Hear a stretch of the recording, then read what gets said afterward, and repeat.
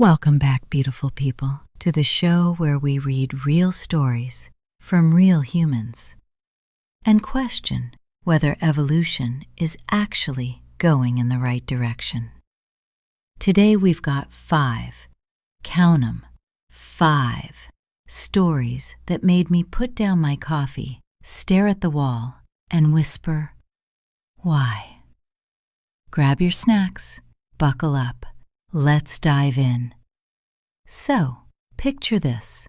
A couple, 34-year-old husband, 31-year-old wife, just bought their very first home together. Together. Both names on the title.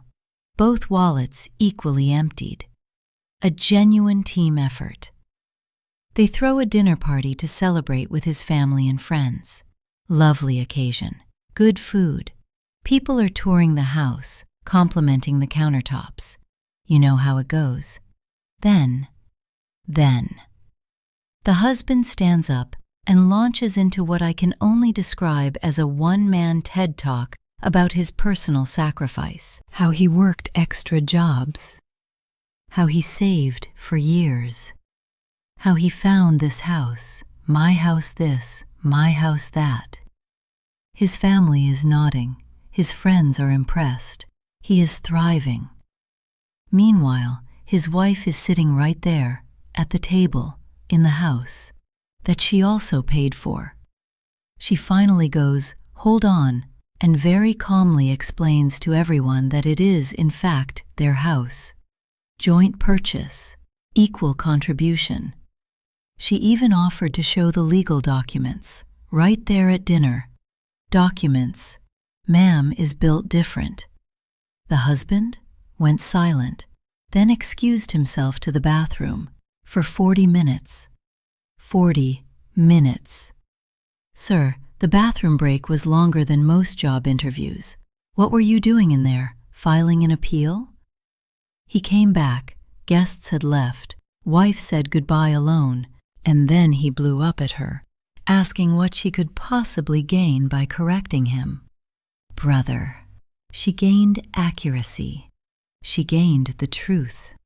She gained not sitting quietly while you erased her entire financial contribution at a dinner party she helped host. He called her pretentious. He said she humiliated him. He gave her the silent treatment for days. Buddy, you humiliated yourself. She just provided the subtitles. Not the idiot. And maybe invest in a co-ownership conversation before the next dinner party. Okay, this one has layers, like a good strudel, except someone threw this strudel in the bin. But I'm getting ahead of myself. Here's the setup. There's a family with a beloved grandmother, the matriarch, who makes her legendary apple strudel for every single family event. It's tradition. It's sacred. It's basically a personality. Enter Jess, the future fiancée of the middle brother. She's been dating him 4 years, met Grandma exactly once, and decided that the big family dinner, her first proper family dinner, was the perfect moment to host a baking competition against the grandmother. Our narrator, let's call her OP, ran into Jess a few days before the dinner and mentioned that Grandma always brings the strudel. Jess knew, and said she was bringing one anyway, as a fun little competition. OP laughed it off, assuming it was a joke. Plot twist, it was not a joke. Jess rolled up to that dinner with a full strudel in hand, handed it to OP like she was checking in luggage, and said, and I quote, "Your grandmother's not Oprah. She doesn't control apple strudel." She said that, out loud, with her whole chest. OP, rightfully baffled, asked Jess if she'd checked with Grandma or Mom first. Jess said, "No, why should I?" Now here's where things escalated past the point of no return. OP grabbed a spoon, opened the bin, and yeeted the entire strudel into the trash. The fiancé burst into tears. The brother stormed out.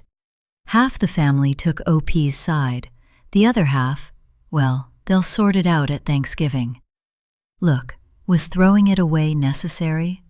Probably not. But was showing up uninvited to challenge Grandma's culinary reign at your first family dinner the move? Absolutely not. You don't walk into someone's kingdom on day one and declare a coup via baked goods. But Jess started it. 6 years of marriage, a wife named Grace, who, before the global pandemic, dressed like she was perpetually en route to Milan Fashion Week, full glam, every day. Then the pandemic happened. Grace started working from home, stopped the 4-hour beauty routine, traded heels for sweatpants, ditched the makeup, let the leg hair grow, discovered, as millions of women did, that comfort is a human right, not a privilege. Her husband was bothered. He suggested a fancy dinner date at an expensive restaurant. Grace said no, let's do IHOP. His reaction? It wouldn't hurt you to dress up for once. And then, and I need you to really hear this, he told her she looked like a homeless woman. He said that to his wife, in their home. Grace locked herself in the bedroom. He slept on the couch. He ordered pizza as a peace offering, which, honestly, pizza is better than some apologies I've heard, but still not enough here. Now he's convinced Grace is depressed because she's changed. Sir, she hasn't changed. She's just stopped performing. There's a difference between a mental health crisis and a woman who realized she doesn't owe anyone a full contour at 8 a.m. on a Tuesday. You know what's actually a lot of work? Shaving, waxing, heels, foundation, mascara, hair, eyebrows, perfume, nails, toes. Repeat daily forever, or apparently your husband will compare you to someone without a home. Full idiot. Apologize. Bring flowers. Buy a mirror. The metaphorical kind. A destination wedding. $25,000 budget. One very persistent father. And a $300 gift that apparently holds the entire event together like load-bearing cash. Here's the story. OP's younger brother is getting married, destination wedding, the expensive kind. OP is already spending extra on flights, hotel, and food just to attend. They plan to give $300 as a gift on the wedding day. Reasonable. Generous even, considering the travel budget. Then Dad texts, asks how much OP is giving. OP tells him. Dad immediately starts hounding them to send the gift now, not on the wedding day, but now, like this Tuesday. Reason? The $25,000 wedding apparently cannot proceed unless OP's $300 arrives immediately. Let me do that math with you. $25,000 minus $300, still $24,700 short of the problem. Dad calls every morning. Texts constantly, says the wedding might be postponed indefinitely without this money, calls OP selfish when they say no.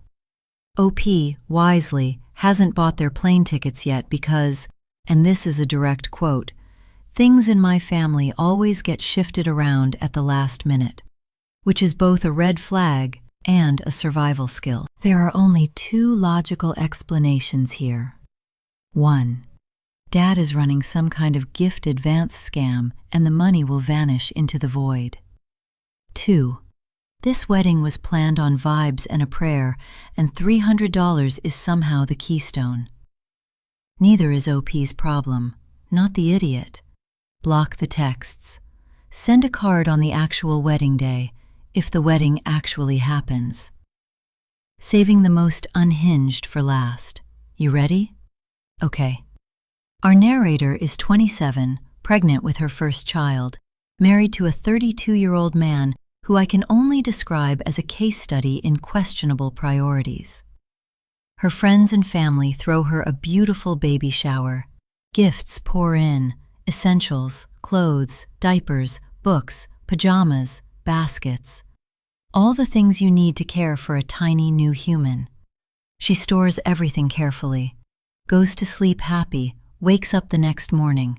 The gifts are gone, All of them. She panics, calls her husband. He doesn't pick up. She waits. He comes home with cash in his hands and casually explains that he sold all of the baby shower gifts. Why? To help fix his friend's van, so they could go on a road trip. Next week, he looked his pregnant wife in the eyes and said her baby's gifts, given by people who love her, were less important than his friend's van going vroom vroom on a leisure trip. He then claimed he had no choice because his friends threatened to exclude him from the trip if he didn't help. Sir, my friends will go on vacation without me is not a justification for selling your unborn child's diapers. When she told everyone what happened and they called him out, he accused her of immaturely exposing him, said he was entitled to half the gifts, said she owed him an apology. He is currently staying with said friends, refusing to return her calls.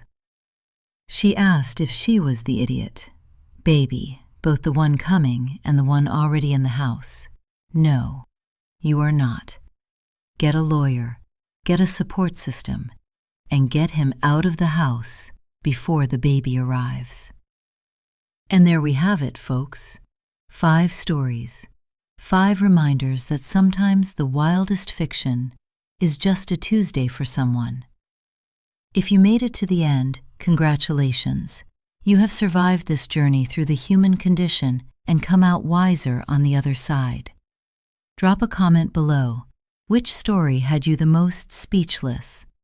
Was it the bathroom hermit, the strudel assassin, the guy who confused his wife for a fashion doll, the dad with his mathematically impossible wedding crisis, or the man who treated baby shower gifts like a garage sale?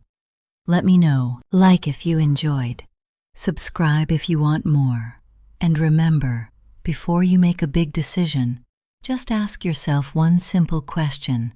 Would this story end up on the internet? If the answer might be yes, maybe sleep on it. See you next time.